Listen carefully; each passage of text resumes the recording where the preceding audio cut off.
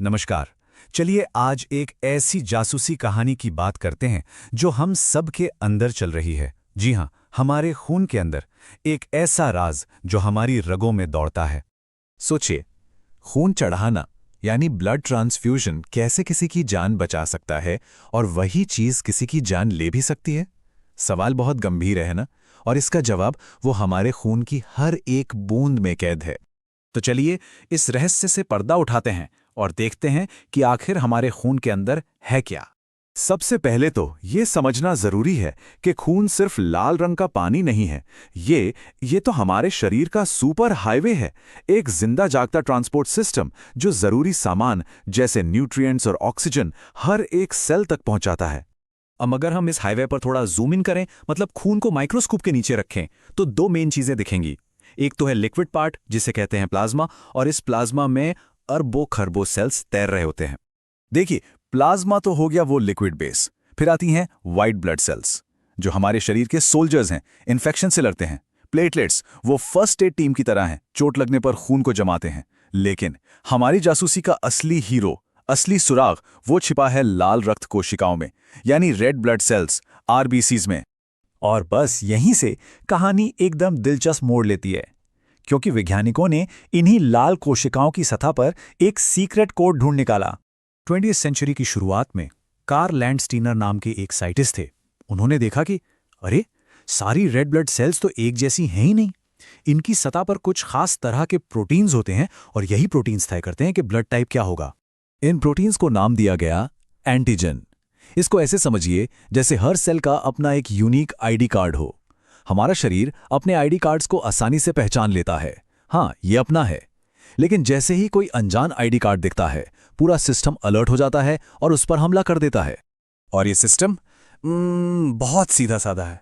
अगर आरबीसी पर सिर्फ एंटीजन ए है तो ब्लड टाइप हो गया ए। अगर सिर्फ एंटीजन बी है तो ब्लड टाइप बी। अगर ए और बी दोनों हैं तो ब्लड टाइप ए बी। और अगर दोनों में से कोई भी नहीं है तो वो है ब्लड टाइप ओ। सिंपल। लेकिन पिक्चर अभी बाकी है। खून में एक और सुरक्षा सिस्टम है। इसका नाम है एंटीबॉडीज। इनको आप खून के सिक्योरिटी गार्ड समझ सकते हैं। ये प्लाज्मा में घूमते रहते हैं और इनका बस एक ही काम है, किसी भी बाहरी अनजान एंटीजन को पकड़ना और उसको खत्म करना। यहां एक बहुत ही मजेदार उल्टा नियम काम करता है। हमारा शरीर उन एंटीजेंस के लिए एंटीबॉडी बनाता है जो उसके पास नहीं होते। मतलब अगर ब्लड टाइप ए है जिसके पास ए एंटीजन है, तो उसके खून में बी के खिलाफ एंटीबॉडीज होंगी और बी टाइप वाले खून में ए के खिलाफ।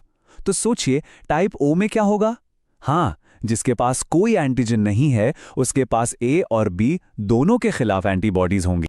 तो अब जब हमारे पास दोनों सुराग हैं, एंटीजन यानी आईडी कार्ड और एंटीबॉडी यानी सिक्योरिटी गार्ड, अब हम उस पहले सवाल का जवाब ढूंढ सकते हैं कि आखिर सेफ ब्लड ट्रांसफ्यूजन का राज क्या है। देखिए, सेफ ब्लड ट्रांसफ्यूजन का बस एक गोल्डन रूल है। डोनर के ब्लड सेल्स का आईडी कार्ड यानी एंटीजन ऐसा होना चाहिए जिससे रेसिपिएंट के सिक्योरिटी गार्ड्स यानी एंटीबॉडीज अटैक ना करें। अगर गलत ब्लड ग्रुप दे दिया तो ये एंटीबॉडीज डोनर सेल्स पर हमला कर देती हैं, खून में थक्के बन जाते हैं और ये बहुत बहुत खतरनाक हो सकता है, जानलेवा। और इसी नियम के हिसाब से हमारा हीरो निकल के आता है टाइप ओ।